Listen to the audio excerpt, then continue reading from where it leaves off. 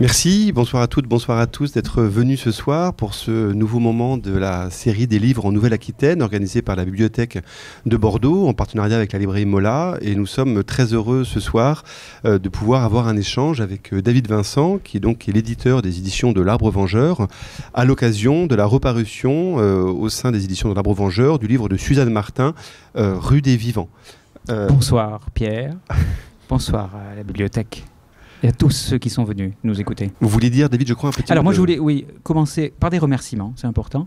Quand j'ai annoncé, il y a plus d'un an, la réédition de Suzanne Martin, de Rue des Vivants, je me suis dit, on va prévenir le banc et l'arrière-banc pour essayer de faire quelque chose. Et donc, j'ai même envoyé des petits courriers au maire, à l'adjoint au maire, tout ça, enfin, des trucs un peu mielleux. J'ai pas eu de réaction ni des maires, ni des adjoints au maire, mais en revanche, la bibliothèque municipale a réagi tout de suite.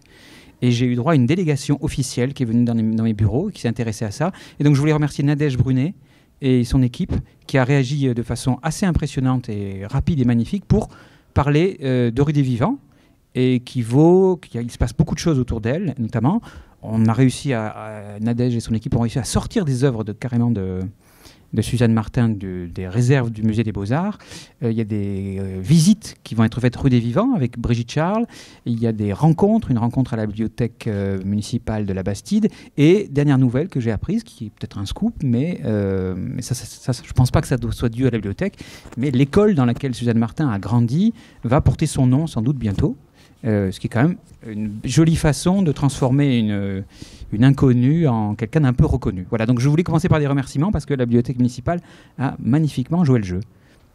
Écoutez, merci beaucoup. Donc, l'idée de l'échange, c'est pendant à peu près la moitié du temps évoquer justement à la fois Suzanne Martin, ce livre et la redécouverte de ce livre, et puis dans un second temps évoquer de façon un peu plus large le catalogue des éditions L'Arbre Vengeur et les titres les plus récents qui d'ailleurs font écho pour un certain nombre d'entre eux au livre de Suzanne Martin. Parce que effectivement, le catalogue de L'Arbre Vengeur, depuis maintenant un peu plus de 20 ans et un peu plus de 300 livres, tout ça sur vos épaules et celles de votre associé. Je tiens à excuser parce qu'il travaille loin, de l'autre côté de la rue, et il n'a pas pu venir parce qu'il doit aller récupérer sa fille au théâtre. Enfin, il a trouvé une excuse en or parce qu'il déteste parler dans un micro. Voilà. Mais je l'excuse. Et il a envoyé sa mère pour se faire pardonner. Et sa tante. Et donc vous faites un travail de découverte et redécouverte, et on peut considérer qu'effectivement cette redécouverte de Suzanne Martin et de Rue des Vivants est probablement l'une des plus fortes et des plus saisissantes de votre catalogue. Donc Rue des Vivants, c'est le récit paru en 1959, elle recevra le prix Fénéon en 1960 pour ce livre, du point de vue d'un enfant, on y reviendra, parce que cette question du point de vue est très importante dans la réception du livre, qui raconte, on va dire, la misère quotidienne dans le quartier de la Bastide au milieu des années 30 à peu près. C'est véritablement un choc esthétique, mais j'aurais voulu qu'on commence peut-être, alors vous avez commencé à le faire, mais par nous dire qui est Suzanne Martin de ce qu'on en sait aujourd'hui, et dans un deuxième temps, comment est-ce qu'on découvre un livre comme celui-ci ?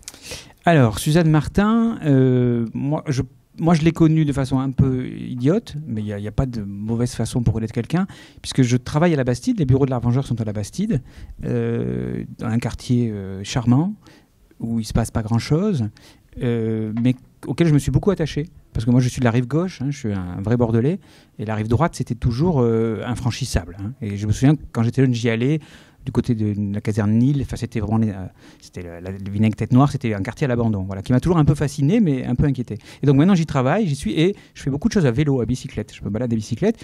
Et ma première rencontre avec Suzanne Martin, c'est l'allée Suzanne Martin. Il y a une allée Suzanne Martin à la Bastide, une allée qui est merveilleuse parce qu'elle n'a pas de maison. Elle ne conduit quasiment nulle part. Elle est bordée de sapins, peut-être même d'arbres. Et donc j'étais un peu étonné par cette Suzanne Martin qui avait droit à une rue sans nom de rue. Voilà. Et ça m'a... Bon, et j'aime bien ce genre d'endroits dans la ville qui disent quelque chose sans le dire. Voilà. Donc qui était Suzanne Martin ? Donc ça résonnait toujours un peu. Et puis, alors, on a ici la personne, d'ailleurs, on le signalera, qui a permis qu'il y ait une allée Suzanne Martin quand même, parce que c'est pas Alain Juppé qui un jour a dit il y aura une allée Suzanne Martin. Voilà, il faut lui rendre justice.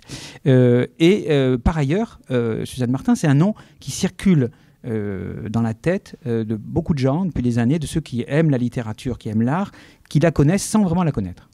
Et moi, je l'ai rencontrée aussi comme artiste, puisqu'elle fait partie de ces artistes bordelaises d'une ce qu'on appelait une école abstraite. Et elle a eu son heure de gloire dans les années 60 et 70. Elle a même eu une très grande exposition.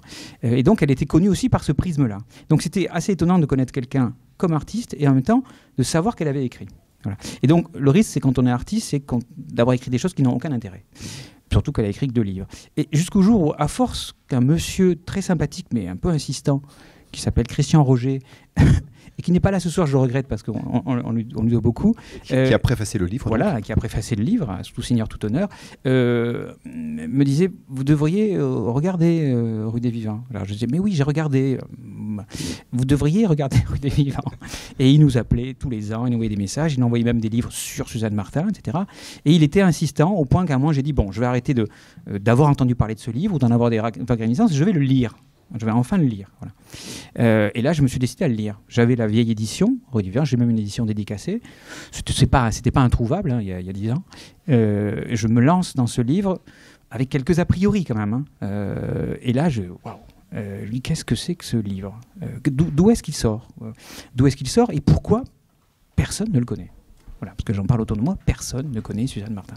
Et quand je parlais vaguement à Suzanne Martin, des gens me disaient oui, le peintre. Et dans le meilleur des cas, c'était ah oui, la dingo de la rue Notre-Dame. Donc une image très brouillée, comme c'est souvent le cas quand on fait des redécouvertes d'un personnage qui a l'air un peu d'avoir dissimulé son œuvre. Et donc en lisant Rue des Vivants, j'ai dit c'est extraordinaire. Il faut faire quelque chose. Voilà. C'est là où Christian Roger est intervenu, parce que là je lui ai dit bon, on fait quelque chose. Il m'a dit bah oui, ça fait 10 ans que je travaille dessus. Lui aussi, il est tombé en amour de Suzanne Martin. Je pense véritablement en amour. Hein. C'est-à-dire qu'à sa retraite, il a découvert Suzanne Martin, il est devenu collectionneur de Suzanne Martin, il a enquêté sur elle. Je pense que sa femme vit depuis 10-15 ans avec le fantôme de Suzanne Martin. Voilà. Elle est jamais loin. Voilà. Et il s'est lancé à la fois dans une enquête sur elle et dans une façon de la réhabiliter, en quelque sorte. Avec une sorte de ferveur et d'enthousiasme un peu gênant. C'est-à-dire quand les gens sont hyper enthousiastes, on se dit... qu'est-ce que ça cache ? Et presque au point de créer une sorte de brume autour de lui.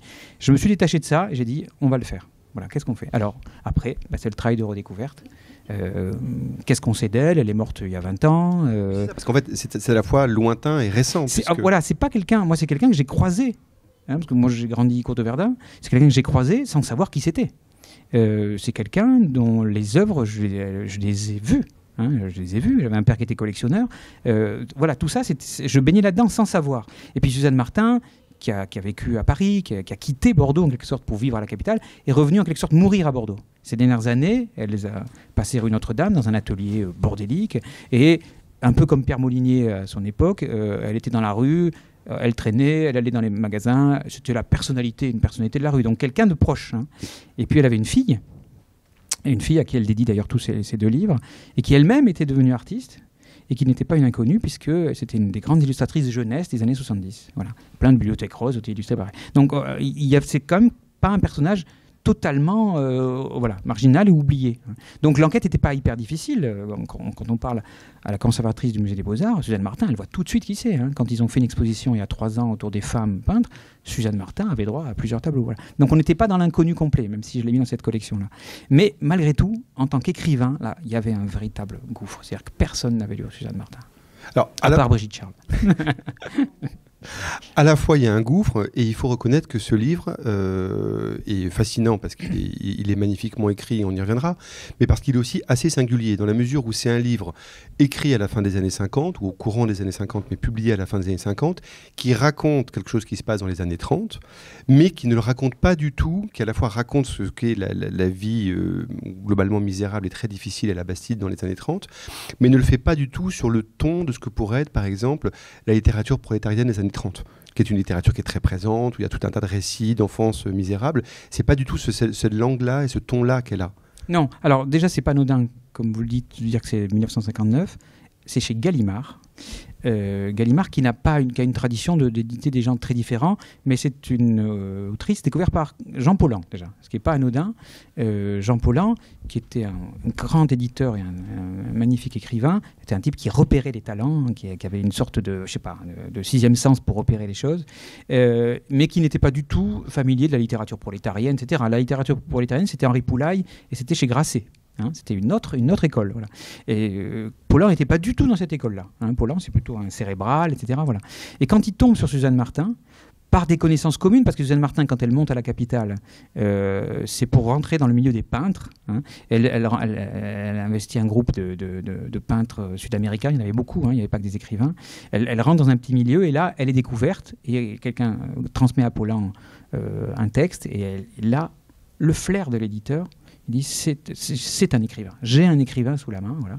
Et on l'édite. Et alors effectivement, s'il l'édite, c'est pas du tout pour faire un coup et se dire je vais rentrer dans une veine populiste, etc. C'est pas du tout ce qu'il apprécie chez elle, mais il a trouvé une voie. Et ce qui intéressait Paulhan, c'était de trouver des voies, c'est-à-dire des gens qui si possible inclassables, qui apparaissaient sans qu'on puisse vraiment les orienter. Et c'est le cas de Suzanne Martin, qui écrit, fin des années 50, un livre qui est ressorti à un genre qui est plutôt des années 20 et 30, mais avec une langue qui est une langue qui sort de nulle part. Voilà. Alors, qui est la langue de quelqu'un qui est une autodidacte, qui n'a pas fait d'études, qui est parti à 16 ans, etc., et qui s'est inventé une langue à elle-même, alors sans doute en lisant beaucoup, et c'est ça qui a plu à Jean Paulhan. C'est-à-dire que cette façon d'avoir une langue et d'utiliser un matériau biographique, autobiographique, pour le transformer en littérature. Alors, les gens qui l'ont eu, quand elle a eu le prix Fénéon, les gens ignoraient absolument qu'il s'agissait de la Bastide. Elle ne le dit pas vraiment. Oui, c'est pas un livre qui prétend ressusciter ou rendre hommage à la Bastide. À la limite, on s'en fiche. Mais elle a ce matériau autobiographique autour duquel elle va cristalliser son histoire et surtout nous raconter la naissance d'une conscience artistique. C'est ça qui est magnifique dans le livre, c'est comment, en naissant dans la glèbe, dans quelque chose qui est sale, qui est très noir, apparaît chez une petite fille la conscience de son talent et de son regard sur le monde. Oui, parce que toute la force du livre tient justement au décalage qu'il y a entre ce qu'on comprend de ce qu'elle décrit et la façon dont elle le décrit. C'est-à-dire que le fait que tout soit raconté du point de vue de cet enfant, dont on peut imaginer qu'elle a, je ne sais pas moi, 7-8 ans à peu près dans le livre, ou un peu plus. Sans doute un peu plus. C'est une préadolescente. Voilà. C'est à la fois l'errance où elle est, parce qu'il y a quelque chose qui vient de façon récurrente, c'est qu'elle erre à travers donc, la Bastide, à la recherche de son père, vraisemblablement perdu dans un bar, et c'est ça qui revient de façon assez récurrente. Et elle va croiser un certain nombre d'événements, et ces événements, on n'est pas toujours sûr de bien comprendre ce qu'elle décrit quand elle les décrit la première fois. Des fois, il faut relire ce qu'on lit. Et elle a une façon de les décrire qui crée ce sentiment d'irréalité qui fait qu'on n'est pas du tout dans un vérisme ou dans un misérabilisme ou dans quelque chose qui aurait comme horizon la description un peu à la fois dégoûtante et un peu voyeuriste de la misère. Voilà, c'est pas du naturalisme du tout. C'est pas une héritière de Zola. Elle ne démontre rien. Ce qu'elle raconte est assez rude, assez terrible. Voilà. Elle ne le raconte jamais en voulant nous démontrer que la vie était terrible, etc. À aucun moment. C'est pour ça que le livre est assez beau. C'est-à-dire que c'est pas nana. C'est-à-dire que pourtant ce qu'elle vit est assez terrible. Mais c'est d'avoir trouvé la voie pour raconter, se mettre dans la tête d'une petite fille, pour raconter ce qui l'entoure, sans vouloir céder à un vertige qui serait un vertige d'adulte de dire regardez comme j'ai souffert. Elle se met dans la d'une petite fille, et sachant que les enfants, et c'est ça que c'est un des très beaux livres sur l'enfance, les enfants ont cette capacité à transformer le réel en quelque chose de magique et de magnifique alors qu'il est glauque. Et de ne pas vouloir lui donner des explications rationnelles, c'est-à-dire d'être dans quelque chose de magique. Et Rue des Vivants, c'est une forme de magie, c'est-à-dire comment une magie noire, c'est-à-dire une magie dans un monde sombre, mais elle transforme tout. C'est-à-dire elle transforme son quotidien en quelque chose qui paraît banal. Alors elle raconte, on en parlait, des trucs horribles. Elle raconte un gamin qui tombe à l'eau, il disparaît, a priori il est noyé. Bon, et 2 pages plus loin, c'est fini, on n'en parle plus, mais il y a ça. Elle raconte la naissance et la mort des petits frères. Elle raconte que le petit vieux qui fait crédit, il faut passer à la casserole peut-être. Donc des choses, mais jamais en nous disant, vous allez voir, je vais vous raconter une chose terrible. Et puis en plus, elle l'entoure d'une sorte de brume qui est, je vous dis pas réellement ce qu'il y a. Je vous dis ce que ça a suscité chez cette petite fille, mais je ne vous dis pas ce qui s'est vraiment passé. Voilà. Et moi, j'aime les livres qui résistent. Voilà. C'est pour ça que le livre aurait pu avoir un autre destin si elle avait voulu en faire un étendard, etc. Si elle avait voulu, voilà. Sauf qu'il n'aurait pas survécu. Et si, à mon avis, il a survécu, c'est que précisément, elle en a fait un geste artistique, quelque chose de beau, comme un tableau d'ailleurs, en disant « Je ne vais pas vous expliquer, parce que la littérature qui explique, c'est pénible, je vais juste vous exposer. » Et voilà, et je vais vous exposer. Et pour moi aussi, c'est la naissance de quelqu'un à la beauté, à la lumière. Elle sent chez elle quelque chose qui est de l'ordre de la sensation, et que cette sensation-là va se développer. Voilà. Alors, dans l'histoire personnelle de Suzanne Martin, il y a quand même un épisode qu'a découvert Christian Roger, qui est que, en fait, cet enfant-là, elle aurait pu être comme plein d'enfants, c'est-à-dire avoir la beauté de l'enfance, même si elle est terrible, et puis que ça disparaisse. Sauf qu'un jour, vertu de l'éducation nationale, en classe, à 12 ans, l'inspecteur qui passe s'occuper de la maîtresse fait lire leur rédaction aux enfants. Et il fait lire la petite Suzanne Martin, et là, il est médusé. Et il dit à cette petite fille, je pense que tu as du talent. Et en disant ces mots à cet enfant, il l'a fait basculer dans quelque chose qui est, j'ai peut-être du talent. Et voilà. Et c'est ce qui s'est passé. C'est-à-dire que cet enfant, tout d'un coup, s'est dit, le regard que j'ai sur le monde, je peux le transmettre, le transformer en littérature, puis après en œuvre d'art, en quelque chose comme ça. Et c'est intéressant ce que vous dites par rapport à l'école, parce que ce qui est frappant en lisant le livre, c'est le sentiment d'absence totale de cadre dans lequel vit, alors, elle ne s'appelle pas Suzanne, c'est peu importe son nom, mais la petite fille du livre, dans la mesure où la famille est évidemment complètement dispersée entre le père alcoolique et la mère qui fait ce qu'il peut avec les 7 enfants, entre le fait qu'il n'y a aucun des rapports sociaux n'est normé par une règle. C'est-à-dire qu'il y a une cruauté entre eux, d'abord, malgré tout, c'est pas misérabilisme, il y a quand même des rapports assez durs entre les individus, parce que chacun doit s'en sortir. Et en même temps, on a le sentiment qu'il n'y a pas d'école, pas de police, pas de rien. Enfin, tout ça est assez lointain.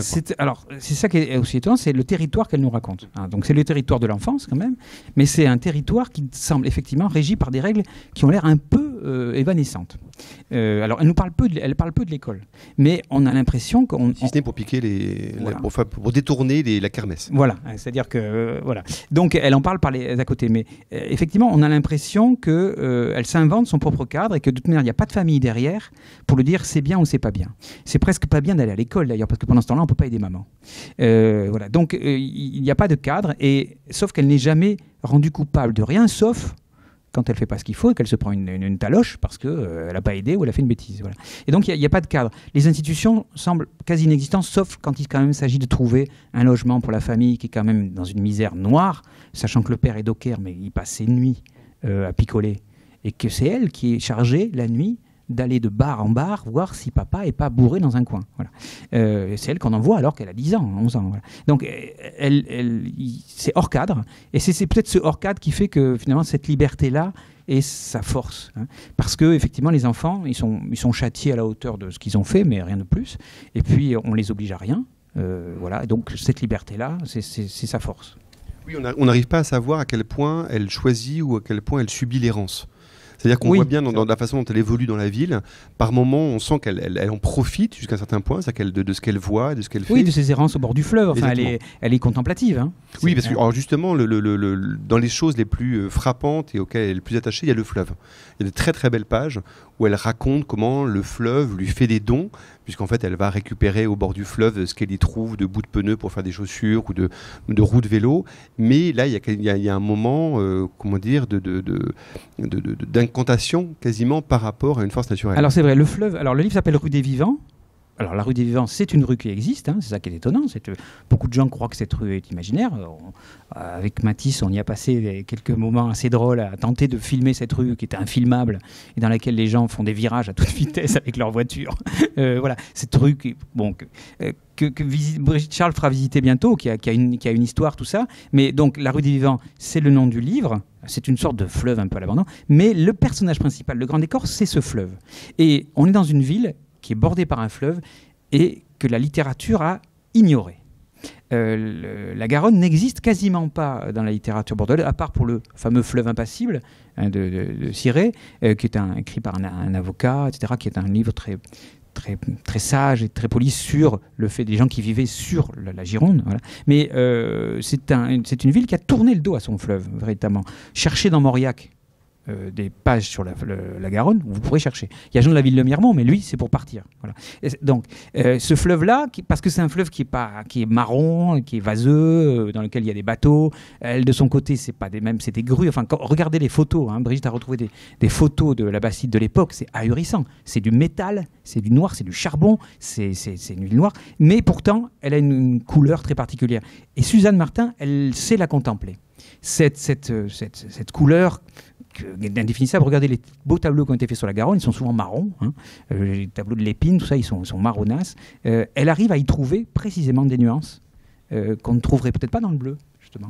Et c'est ça, enfin, c'est ce charme-là qui agit sur elle. C'est-à-dire, le fleuve est un fleuve nourricier, alors que par ailleurs, c'est le fleuve des dockers, c'est le fleuve de la marine marchande, c'est un fleuve, comment dire, très trivial. Hein, voilà. Et elle le transforme. Parce que les enfants, pour les enfants, un fleuve, c'est un terrain de jeu hyper dangereux, hein, parce que les enfants, quand ils tombent à la mer, on ne les rattrape pas. Alors je dis la mer parce qu'on appelait ça la mer à l'époque. Hein, c'est un fleuve qui ne pardonne pas. Hein, voilà. Et ce fleuve, c'est aussi une séparation. C'est une séparation de la rive droite et la rive gauche. Et alors, il y a un moment, je crois, dans le livre, il y a une phrase ou une évocation du caractère incroyablement lointain de ce qui se passe de l'autre côté et qui n'existe même pas, enfin qui n'existe, ou alors qui existe de façon un peu fantasmée, c'est presque rêvée, un océan. Hein. Exactement. Mais les gens qui aiment la Bastide ont ce sentiment-là, qui est que, comme le fleuve est très large, c'est une autre ville de l'autre côté, c'est une autre vie. Elle ne l'entend quasiment pas. Alors il arrive qu'elle y aille, hein, pour des choses, parce qu'elle elle peut convoquer. Mais c'est un autre monde. C'est un monde pour lequel elle n'a pas de critères. Et je pense que Suzanne Martin de l'époque, cette ville n'existait pas. Hein, comme pour les Bordelais de la rive gauche, la rive droite n'existait pas. Hein. La rive droite, c'était ce nom, c'était un village. Hein. Et elle est là. Mais en revanche, ce qu'on sent, et qu'elle a l'intelligence, à mon avis, de ne pas dire, c'est qu'elle voit en face d'elle cette ville-là.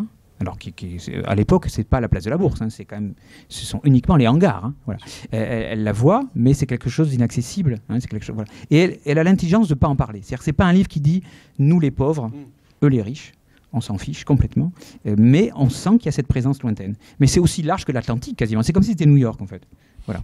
Oui, finalement, on a le sentiment qu'elle est plus tournée vers l'arrière-pays de la rive droite, parce qu'elle évoque à un moment ce nom, elle évoque effectivement, il y a un départ avec l'assistance publique, où on voit que la campagne est vraiment, là aussi, c'est un changement évidemment par rapport aux années 30, c'est-à-dire qu'on voit que le passage entre la ville et la campagne est quasiment instantané. Ce nom, c'est la campagne. Voilà, et que c'est complètement... Le vieux Senon, c'est un village en hauteur, quoi. Et puis Senon, alors il faudrait me dire, je ne sais pas quand, mais Bordeaux, c'est absorber cette ville qui était une ville de campagne. Voilà, c'était des champs, quoi. Alors elle est encore. Alors c'est ça qui est assez amusant. Elle en parle pas beaucoup, mais elle en parle quand même, qui est que elle est dans une zone industrielle, très très industrielle, mais la campagne n'est jamais loin et on peut vous envoyer à la campagne. C'est-à-dire elle est pas loin. Hein, c'est les coteaux. Voilà. Elle n'est jamais loin de cet endroit-là. Voilà. Mais en même temps, elle est hyper attachée à ce lieu, à cette rue des Vivants, dans laquelle on aura compris que c'est un oxymore, hein, c'est-à-dire que c'est la rue des vivants, c'est la rue des morts vivants. Hein, voilà. C'est ce lieu-là, la campagne, c'est pareil, c'est une sorte de territoire un peu magique. Elle évoque à demi-mot, on a l'air de dire, mais elle ne peut pas y vivre. Voilà. Oui, et vous évoquez le caractère magique de ce territoire. Il y a dans le livre, de façon récurrente, effectivement, une sorte de présence, pas d'un fantastique véritable, mais d'une forme du fantastique. Il y a un personnage incroyable qui s'appelle « Ce brouillard glace les eaux », puisque c'est la formule qu'il a quand il rentre dans les bars ou quand le sentiment qu'il a. Et là, on pense tout à fait à un très grand livre que vous aimez aussi, qui est le Rue des Maléfices de Lyonnais, et qui est un livre aussi très important, à la fois parce que c'est un grand livre sur une forme de misère, mais aussi sur une misère rêvée. C'est-à-dire sur une misère qui n'est pas forcément un horizon réaliste, comme vous l'avez dit. Oui, alors effectivement, comme vous le dites, Jacques Yonnet, si vous voulez lire un bon livre cette année vous lisez Rue des Maléfices de Jacques Yonnet, que Phébus a réédité. C'était pas son titre originel, il était paru chez de Noël sur le nom de Revue de Paris, mais enfin le vrai titre que voulait Jacques Yonnet, c'était Rue des Maléfices. Alors Rue des Maléfices, Rue des Vivants, bon.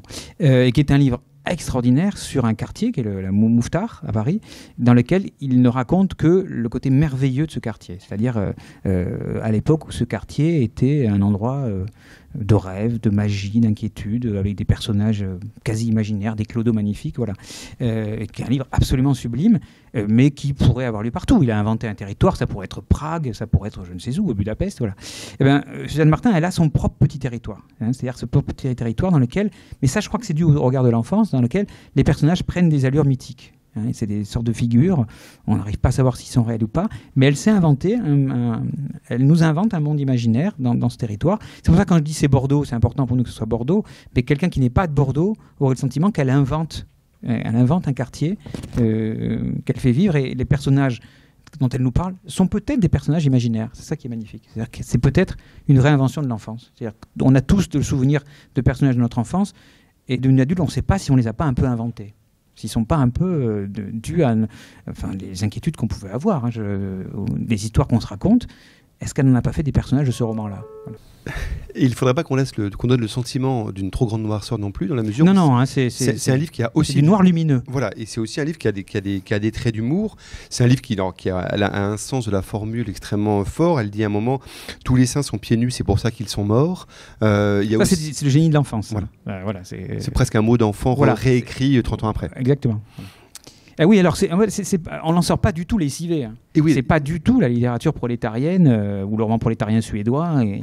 Non, c'est pas ça justement. On en sort avec. On a l'impression que la petite, elle s'appelle Sabine, elle s'est même pas pris son nom. La petite Sabine sort de quelque chose, et l'enfance, cette enfance horrible, l'a transformée en quelque chose. Et d'ailleurs, ce qui est étonnant, c'est que elle a fait une suite après qui s'appelle Le Chien de l'Aube. Alors là, pour le coup, cherchez-le, il est introuvable.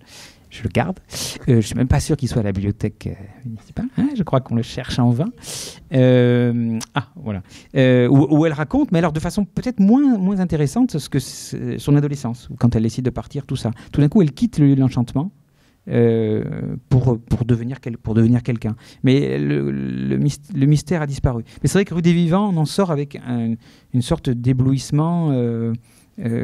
Les livres sur l'enfance, moi j'adore André Dhôtel, c'est un peu ça, c'est-à-dire, j'avais pas parié que je dirais André Dhôtel, mais j'ai réussi à le faire, qui sont des livres où ce ne sont quasiment que des enfants ou des adolescents, tous les livres se ressemblent, et en même temps il y a ce côté merveilleux. C'est ça, sur Rue des Vivants, Suzanne Martin. Oui, il y a un vrai doute par rapport à la nature du réel vécu de l'enfant. Voilà. Et qui fait effectivement, c'est la raison pour laquelle on est toujours, et pour laquelle l'enfance est un territoire dont C'est un territoire littéraire mal exploré, puisqu'on a créé de la littérature pour enfants, la littérature pour ados. C'est quand même une des grandes supercheries contemporaines. Non, les enfants, je sais pas, chaque adulte est un enfant qui a une histoire à raconter, c'est tout. Alors, peut-être on pourrait évoquer un peu d'autres éléments du catalogue. Mais volontiers, cher Pierre. Avec plaisir. Maintenant, le sérieux est fini, c'est cela. Donc, pour dire, le Suzanne Martin apparaît dans une collection qui s'appelle L'Inconnu. Inconnu. Inconnu, excusez-moi, pardon, ça commence bien, l'imprécision du préparateur, merci. Non, c'est pas du tout ce que je laisse entendre, mais Inconnu, ES. Alors, 100 points. Et c'est une collection pour les femmes. Alors justement, faite par deux vieux mâles blancs sur les femmes. Qu'est-ce que c'est que cette collection? Alors, pendant très longtemps, on nous disait, mais il y a des gens qui font des statistiques sur les maisons d'édition. Vous éditez peu de femmes. Vous éditez peu de gens de gauche, de droite. Il y a toujours des gens pour vous faire des statistiques. Vous êtes un peu suspect, puisqu'on est rentré dans une sorte d'ère de la suspicion qui fait que les statistiques viennent corroborer des faits que vous avez édité un auteur d'extrême droite. Seriez-vous fasciste? Non. J'ai détecté un lecteur d'extrême gauche. Auriez-vous viré votre cutie? Bon, voilà. Voilà. Donc on nous enquiquinait pendant assez longtemps avec le fait qu'il n'y avait pas beaucoup de femmes. Or moi, je ne lis pas les livres en fonction du sexe des auteurs. Voilà, je suis désolé, j'y arrive pas. Voilà. Voilà, ma bibliothèque, elle est infinie, elle ne répond pas à ce genre de critères. Mais à force de nous enquiquiner avec ça, avec mon associé, on est un peu provoque, on s'est dit, ok, vous nous dites qu'on n'édite pas de femmes, mais on va vous en éditer, mais dont vous n'avez jamais entendu parler. Voilà, comme ça, vous pourrez dire qu'elles sont inconnues. Et puis les gens qui connaissent ces auteurs-là, ces autrices-là, pourront dire pourquoi vous l'avez mis en inconnu. Alors voilà. Et ça a marché exactement comme on le voulait, c'est-à-dire que les gens disant mais c'est qui? Et puis les autres disent mais bien sûr que c'est un tel. Voilà. Donc on a créé cette collection, et dans le tri que je fais maintenant, pour le coup, quand je repère une femme, on la met dans cette collection histoire de nous moquer et de les repérer. Voilà. Donc on en a fait 4, pas beaucoup, 5, 6. C'est en fonction de. Je veux dire, je ne suis pas en train de m'acharner en disant. Parce que j'ai un directeur de collection à qui on a dit ça. Et qui, depuis 3 ans, dit il faut que je trouve des femmes à éditer, Alors il me fait lire des trucs ahurissants en disant c'est une femme. Je lui dis Eric, c'est pas le critère. Voilà. Mais moi, en revanche, quand je tombe sur quelque chose qui me plaît, on se dit on va le mettre dans cette collection-là. Puis j'adore les collections en plus. Pour un peu le distinguer. Voilà. Alors, commercialement, c'est un immense succès. Commercialement, le truc est nul. C'est-à-dire que, voilà. Et pourtant, les libraires sont quand même bien sensibles à ce genre de truc. Je n'ai pas touché ma cible. Voilà. Alors, parmi cette collection, le premier d'entre eux qui a été publié, c'est évidemment le Yannette de l'étang tardif, Les Séquestrés, qui est là aussi, là en tant que lecteur, un livre véritablement magnifique, assez rude, assez éprouvant, mais un très très beau livre. Alors moi j'aime bien les livres éprouvants. Ouais, c'est plutôt... On n'est pas là parce pour qu'on est entouré d'une littérature mièvre, neuneu, gnangnan.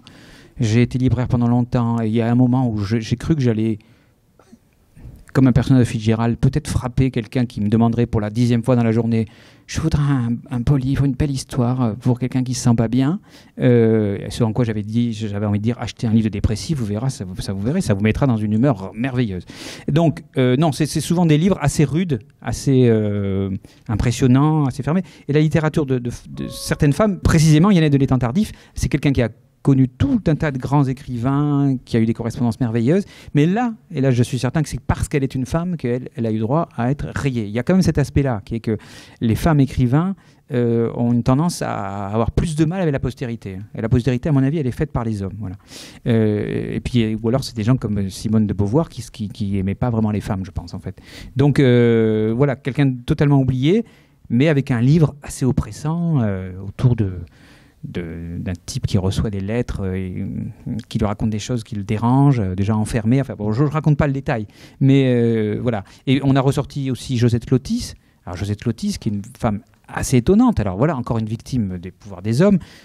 Elle sort 2 romans magnifiques chez Gallimard. Elle est repérée par Henri Pourrat, qui vous êtes un grand écrivain.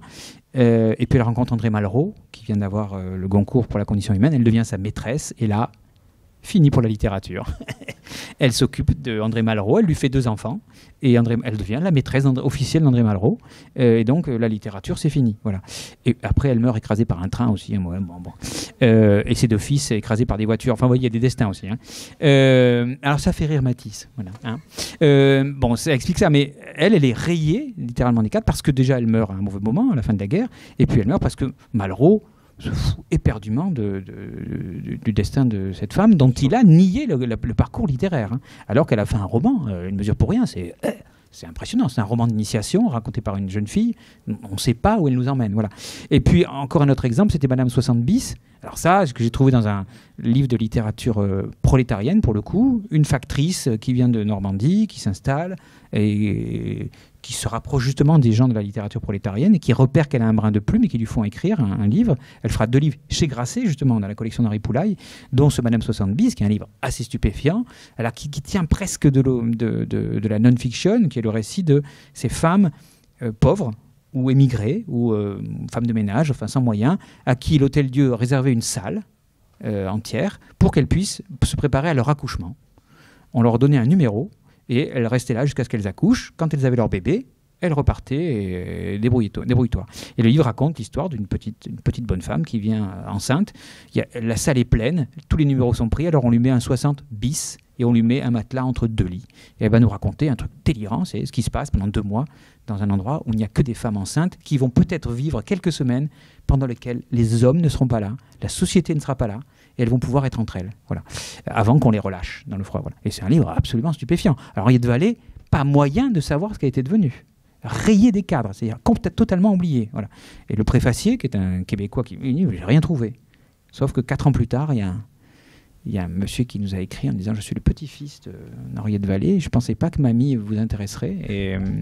Et alors, on la croyait morte depuis, elle avait vécu 30 ans sans écrire ou sans être éditée. Et voilà. C'est aussi ça le charme des redécouvertes. Voilà. Et alors, parmi celles-là, voilà, je voudrais qu'on insiste particulièrement sur celle autour de Jeanne Jean-Charles et de la plume du corbeau, parce que là c'est un peu différent dans la mesure où c'est une autrice qui a existé, qui a été publiée en poche, qui a été reconnue tout à fait de son vivant, et là qui pour le coup, elle aussi, même si sur l'espace de quelques dizaines d'années, a elle aussi disparu, alors que pour le coup, c'est un ensemble de nouvelles véritablement incroyables, extrêmement cruelles, extrêmement étonnantes. Alors c'est une très belle redécouverte, Jeanne Jean-Charles. Enfin, il faut aussi vraiment. Personne ne le fera pour moi, j'adore les nouvelles. C'est un de mes gros défauts parce que j'ai une idée des nouvelles, c'est juste se ruiner un peu plus vite puisque personne n'en lit.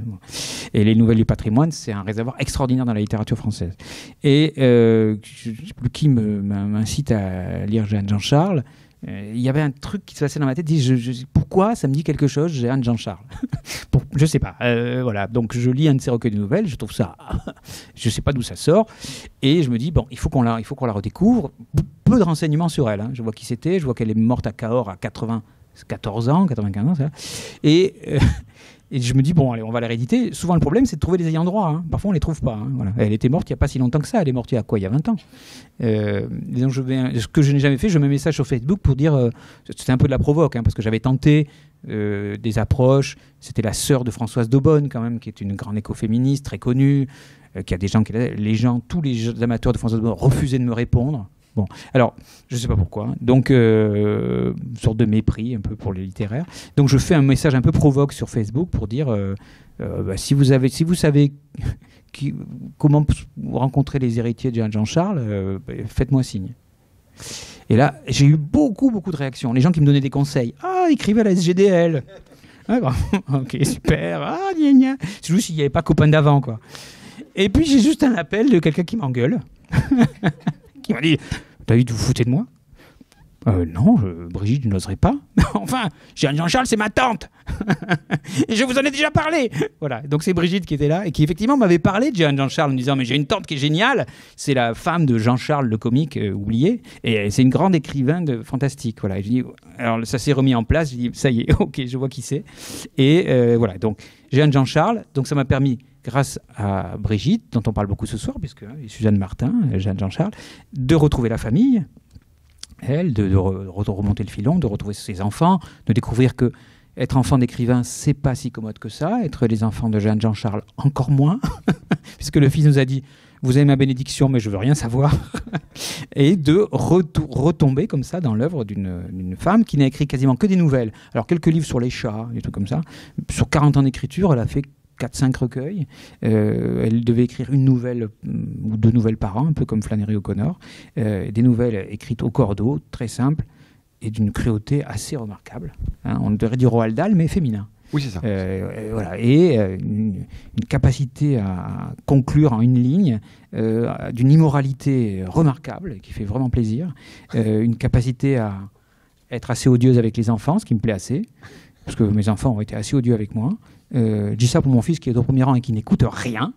Il écoute rien, il regarde les 1. Voilà, c'était dit. On pourra couper au montage.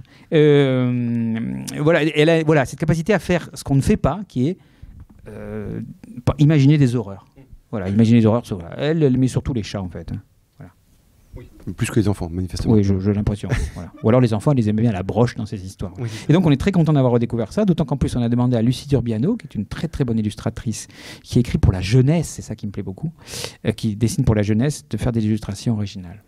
Voilà, parce qu'il y a une autre caractéristique du catalogue, c'est quand même le soin qui est apporté, alors évidemment à l'objet du livre en tant que tel, et au fait que chacun est illustré par des illustrateurs qui sont parmi les plus grands illustrateurs contemporains. Je pense que vous êtes gentil. Le Rue des Vivants, c'est Dubois qui est un illustrateur. Voilà, c'est Gérard Dubois qui est un très bel illustrateur. Canadien. Là aussi pour le jeune Jean-Charles.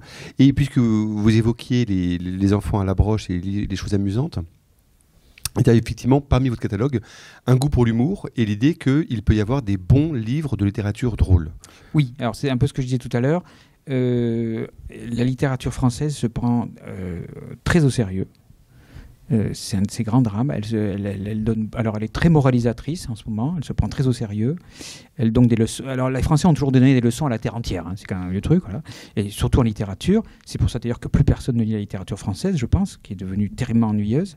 Et alors quand on fait de l'humour, c'est absolument suspect. C'est-à-dire qu'on est vraiment, ouais, c'est pas normal, quoi. On a le droit d'être drôle en société, mais il ne faut pas l'être dans la littérature. Ça ne se fait pas. Ça ne se fait pas d'être drôle. Or, moi, ce que j'aime particulièrement m'amuser en lisant. J'aime l'humour. L'humour, il faut du talent pour 2 choses. Pour écrire des nouvelles, parce que ça ne pardonne pas la médiocrité, ça ne fonctionne pas avec les nouvelles, et pour être drôle. Parce que c'est très difficile d'être drôle. Être donneur de leçons, moralisateur, sinistre, je pense que c'est assez facile. Raconter ces terribles histoires d'enfance ou de famille, c'est pas très difficile, on l'a tous. Mais en revanche, être drôle, et arriver à être drôle parfois au-delà de son existence, c'est-à-dire pour la postérité, c'est assez remarquable. Et donc, voilà, c'est mon terrain depuis toujours, l'humour. J'aime rire. Parfois. Parfois même, alors que je sais que l'actualité est terrible. Mais je pense que l'humour est une façon assez élégante de supporter les choses.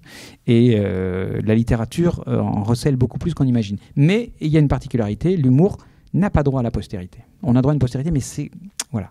Alphonse Allais, qui est sans doute un des plus grands écrivains de tous les temps, les gens en parlent avec une légère gêne. Hein. C'est-à-dire que, bon, voilà, il est drôle, donc suspect. Hein. Et je pourrais en faire des montagnes comme ça. Hein. Oui, après, c'est la figure terrible du fantaisiste. C'est-à-dire que c'est amusant, mais on ne va pas s'y attarder. Voilà. Hein, et puis, voilà, parle-t-on du style des humoristes ? Non. Voilà. Alors, lisez une nouvelle d'Alphonse Allais, c'est 3 pages, il n'y a rien à jeter, et à la fin, vous marrez. Voilà. Alors que je connais des livres de 400 pages de gens que je ne citerai pas, dans lesquels, non seulement on ne se marre pas, mais qu'on a oublié dans la semaine qui suit, et on se demande pourquoi on a perdu son temps.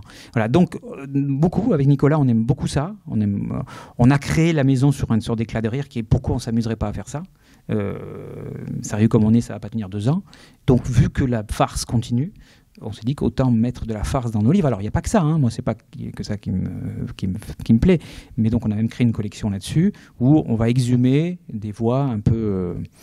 Alors parfois ça me paraît étonnant que Tristan Bernard, qui est un pur génie comique, soit plus édité. Pourquoi voilà, donc même Courteline, on a fait un Courteline pour une seule raison qui est, c'est impensable, mais Courteline, qui a même créé un adjectif courtelinesque, qui a créé un genre en soi, n'est plus édité. Voilà. Parce que, alors, le théâtre revient, la biche, Feydeau, ça y est, les gens chics commencent à dire enfin, ils osent rire dans voilà. Pour la littérature, c'est plus compliqué, hein, parce que le théâtre, c'est plus facile, on y va, on y passe 2 heures, voilà. Et donc, notre but, c'est d'aller chercher des gens comme ça, et c'est un territoire extraordinaire. Voilà. Alors, et pour réunir tous ces plaisirs en un seul, c'est-à-dire un livre à la fois et fantastique et drôle, et qui soit un objet magnifique, vous avez réédité là La double vie de Théophraste Longuet de Gaston Leroux. Je ne sais pas si vous l'avez amené. Regardez, il est là. Mais beau. Quelle chance! Qu'est-ce que ça tombe bien. Vous pouvez faire un gros plan là? Non, c'est pas possible. Ah non, c'est un plan fixe. Mince. Oui, alors effectivement. Donc, comment ça se passe à l'Arbre Vengeur? Je lis beaucoup, parce que je dors peu.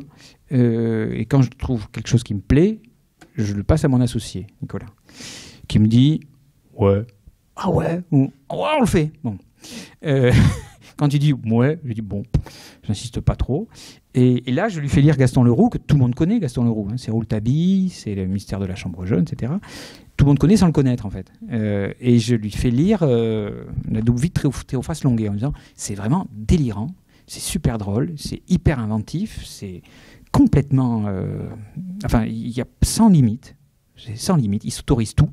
Et, a priori, personne ne connaît. Voilà, c'est le premier roman de Gaston Leroux. Donc, on lit ça, on dit ça serait bien de le faire. Et, parce que je connais bien mon associé, je sens qu'il y a un truc qui se passe chez lui, qui est, il s'intéresse aux livres un peu plus qu'aux autres. Il y en a certains où il faut que je lui poursuive pour qu'il veuille faire une couverture. Et là, il commence à s'exciter en me disant on va faire appel à tel illustrateur. Gna gna. Et le projet avance. Et ce qui devait être un petit livre, finalement, c'est un livre qui va nous ruiner. Relié avec des illustrations, tranche fil, enfin voilà, total, voilà, un beau truc qui nous coûte une fortune. Mais on s'est fait plaisir. C'est-à-dire que là, on s'est dit, c'est typique du genre de classique. Beaucoup de gens ne le liront pas et c'est dommage, parce que c'est vraiment extraordinairement amusant et inventif. On s'est dit, voilà, on va lui donner une allure de classique. Ça, c'est encore notre côté moqueur, pour montrer que les classiques, c'est pas toujours les livres... qu'on a dans sa bibliothèque et qu'on n'ose pas lire. Voilà. Et donc, il y a ça qui paraît... il paraît demain. Est-ce que c'est pas beau? Et peut-être, afin d'ouvrir encore plus l'appétit des auditeurs, nous dire en 2 mots quel en est le ressort narratif, David? Oui. Le ressort narratif. Eh bien, si je dois parler de ressort... Oui, alors je dévoile un peu l'histoire. Vous imaginez, le personnage principal s'appelle Théophraste Longuet. Un nom qu'on rêve tous d'avoir. Surtout quand on a des noms aussi banal que les nôtres. Et Théophraste Longuet est un retraité de 40 ans, ce qui fait quand même rêver. C'est une époque où on pouvait être à la retraite à 40 ans, qui a décidé de consacrer sa vie à la culture. C'est souvent ce qui se passe chez les retraités, vous remarquerez. Et là, il décide d'aller visiter les monuments importants de Paris. Il commence par la prison de la Conciergerie. Et pendant cette visite, il disparaît dans un escalier, il se met à parler d'une voix bizarre qui inquiète un peu sa femme et l'amant de sa femme, puisque l'amant de sa femme se balade toujours avec eux, ce quasi officiel, et il se met à parler d'une voix un peu bizarre, étrange, en parlant un argot assez terrible, en disant des horreurs. Et en fait, on va découvrir que Théophraste Longuet, en rentrant dans la conciergerie, son âme vient d'être captée par quelqu'un de mort depuis fort longtemps, qui s'empare de lui et qui va se servir de lui comme médium pour intervenir sur le réel. Je ne vous dis pas qui s'empare de lui, mais c'est un personnage très particulier. Et donc ce malheureux Théophraste Longuet va vivre une double vie qui est, parfois il est Théophraste Longuet, ennuyeux comme la pluie, et parfois il est quelqu'un d'autre qui là n'est pas ennuyeux du tout. Et le livre va nous raconter les aventures de ce pauvre petit bourgeois trimballé par quelqu'un qui le possède. Voilà. Et ça se passe entre le 18e et la fin du 19e. Voilà, il ne faut pas que j'en dise trop non plus, parce qu'après, quand je suis fervent, j'en dis trop. Voilà. Mais vous le trouverez très vite à la bibliothèque municipale, qui va l'acquérir sans retard. Et peut-être pour finir, David... Déjà parce qu'il faut laisser le temps aux nombreux échanges que nous aurons avec les lecteurs. J'ai parlé de toutes mes nouveautés. Là, alors, vous avez parlé de nouveautés, mais je voudrais que vous parliez aussi du fait que vous ne faites pas que les morts. Parfois, vous aimez aussi les vivants. Parfois. Oui, quand j'en croise dans la rue, des vivants. Oui, alors on fait des vivants aussi. Parce que c'est bien d'être rééditeur, mais c'est pas être vrai éditeur. Bah non, c'est pas sérieux. On vous regarde d'un air de dire, le mec il fait les poubelles et les cimetières, quoi. Même si j'aime beaucoup les cimetières. On fait aussi des vivants. Donc dès le début, notre deuxième livre, c'était un auteur vivant. Voilà, quelqu'un qui nous a envoyé. Voilà. Moi, je lis autant de littérature contemporaine que de vieillerie, et donc j'aime une forme de littérature contemporaine. On a compris qu'il y en a une que je n'aime pas. Et donc, on reçoit beaucoup de manuscrits. Hein, on en reçoit beaucoup. Alors, je suis content, je vous annonce quelque chose. Paula vient de s'agrandir, le travail, il y a des artistes, et notamment, il y a une artiste qui vient de s'installer et qui fait des concrétions à partir de papier. Et elle est venue l'autre jour dans le bureau me dire: t'aurais pas un peu de papier? Elle a trouvé des papiers à l'entrée. Est-ce que je peux prendre les 2 feuilles de papier? Je l'ai regardé, je l'ai dit: tu es la bienvenue. Les manuscrits que je jette à la benne vont être pour toi. Et là, donc les dizaines et les centaines de manuscrits que je reçois chaque année vont être transformés en œuvres d'art. Et ça, c'est une bonne nouvelle. Tout ça pour dire qu'on reçoit plein de textes. Comment s'appelle l'Arbre Vengeur? Je pense que quand quelqu'un est un peu dément et écrit quelque chose, il pense à nous prioritairement. Voilà. Donc on reçoit à peu près les livres de pas mal de Barjot. Dans le lot, il y a des choses pas mal. Et puis après, il y a les livres d'auteurs que j'aime bien, que je peux rencontrer pour une raison ou pour une autre, à qui je vais écrire ou que je vais croiser ou que j'ai rencontré quand j'étais libraire, et qui vont sentir qu'il y a un atome crochu entre nous. Parce que parfois, il suffit d'écrire un auteur pour lui dire j'aime beaucoup ce que vous faites. Je l'ai fait avec Franz Bartelt, que j'adore depuis 20 ans, dont j'ai vendu des quantités de livres, et à qui je n'ai jamais eu le culot d'écrire. Et puis un jour, je lui ai juste écrit en me disant j'aime beaucoup ce que vous faites. Il m'a répondu moi aussi. Alors, il disait pas moi j'aime beaucoup ce que je fais, il disait j'aime beaucoup ce que vous faites. On s'est très bien entendu, depuis on en a fait une dizaine. Mais voilà, ça fonctionne avec des sortes d'acquaintances, d'échos. Voilà. Moi, je me soucie absolument pas de savoir s'ils sont jeunes ou âgés. On aurait dit des octogénaires. Moi, ça m'importe peu. Mon diffuseur me dit il faudrait découvrir des jeunes. C'est mieux, des jeunes, si possible des jeunes femmes. Si possible des jeunes femmes qui ont souffert de leur enfance. Je dis là, le jour où j'aurai un bon manuscrit, ce sera le cas. Non, nous c'est pareil. Quand je reçois un texte, je ne veux pas savoir de qui il s'agit, même si l'auteur aura mis 2 pages pour me raconter sa vie. Donc on est un éditeur de gens vivants, même s'ils ne sont pas en très bonne santé toujours. Oui, et vous évoquez Bartelt, mais c'est aussi le cas d'Alain Fleischer. Alors Alain Fleischer, c'est une sorte de combat perdu d'avance. Un nouvelliste français contemporain. Ouais. Alors c'est un auteur que j'ai découvert en étant libraire, ça a été un de mes chocs. J'étais, je pense, le seul libraire de France désormais à vendre son livre, parce que j'ai appris les chiffres de vente. Et parmi moi, être éditeur, c'est aussi réaliser des fantasmes. C'est si je pouvais éditer un livre d'un tel. C'est toujours mon rêve. Si je pouvais éditer un livre d'un tel. Voilà. Alors, on rêve toujours. Voilà. Donc, j'ai des gens comme ça que j'aimerais éditer. Voilà, bon. Là, j'en cherche un ou deux, mais parfois, il faut les retrouver. Puis, il ne faut pas qu'ils vous disent vous êtes qui. Bon. Et il y avait Alain Fleischer que j'aime beaucoup. Et Nicolas adore Alain Fleischer aussi. Voilà. Donc, on avait un point commun. Notre amitié est presque née autour d'Alain Fleischer. Et donc, un jour, je prends contact avec lui.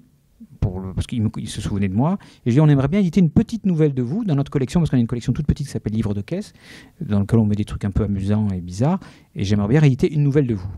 Et là, lui, il nous répond tout de suite c'est super sympa, etc. Je vous échange. Vous allez éditer une nouvelle de moi. On va voir avec le Seuil, mais moi je vous envoie un manuscrit. Donc il nous envoie un recueil de nouvelles. Bon, super. Et puis il dit, mais le petit livre, la petite nouvelle, pourquoi vous ne feriez pas tout le recueil? Je dis, ouais, on ne peut pas faire tout le recueil, il fait 400 pages, puis le seuil ne va pas vouloir. Bon. C'est mon livre culte, hein. La femme qui avait deux bouches, c'est un livre que... bon.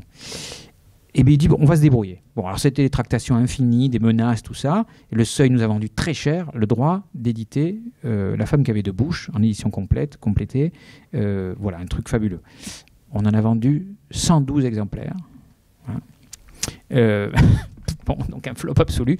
J'ai du stock jusqu'à 2148, calculé, tout en comptant le pilon. C'est vos enfants qui en profiteront. Voilà, mais faudrait-il qu'ils le lussent. Bon, mais voilà, donc Alain Fleischer, on se fait plaisir en disant, on édite un auteur auquel on tient beaucoup, même si quand on le sort, on sait que ça va pas marcher, quoi. Voilà, c'est un combat perdu d'avance, un gros livre comme ça. J'ai passé un été à le corriger, mais j'ai le sentiment que, je sais pas, ça honore notre catalogue. Des gens qui honorent notre catalogue. Et puis je me dis que peut-être que dans 30 ans, des gens assez intelligents diront, ah, Alain Fleischer, waouh, ah, La Vengeur, ah oui, c'est l'éditeur qui a fait Alain Fleischer. Et Suzanne Martin. Et Jean-Charles. et Jean Rey. Ah, on n'en a pas parlé de Jean Rey. Ah bah, parlons-en de Jean Rey. Ah, Jean Rey. Oui. Et Jean Rey en deux mots, hein, c'est pas Jean Rey. Hein. Je ne fais pas de la littérature Jean Rey.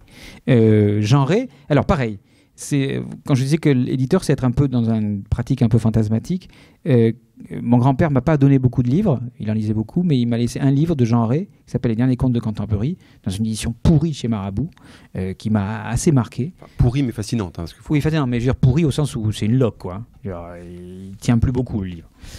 Ça me fait penser à quelqu'un d'autre qui a des livres de Jean Rey en piètre état aussi. Bon, quand on aime Jean Rey, bon.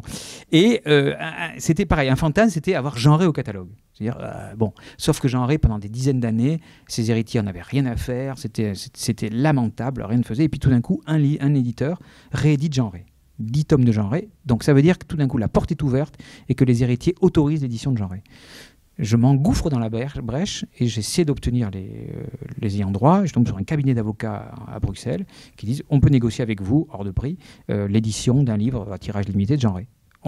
Avec Nicolas, on fonce tout de suite et on dit puisqu'on a droit de faire qu'un Jean Rey et qu'on n'en fera qu'un, on va en faire un beau livre.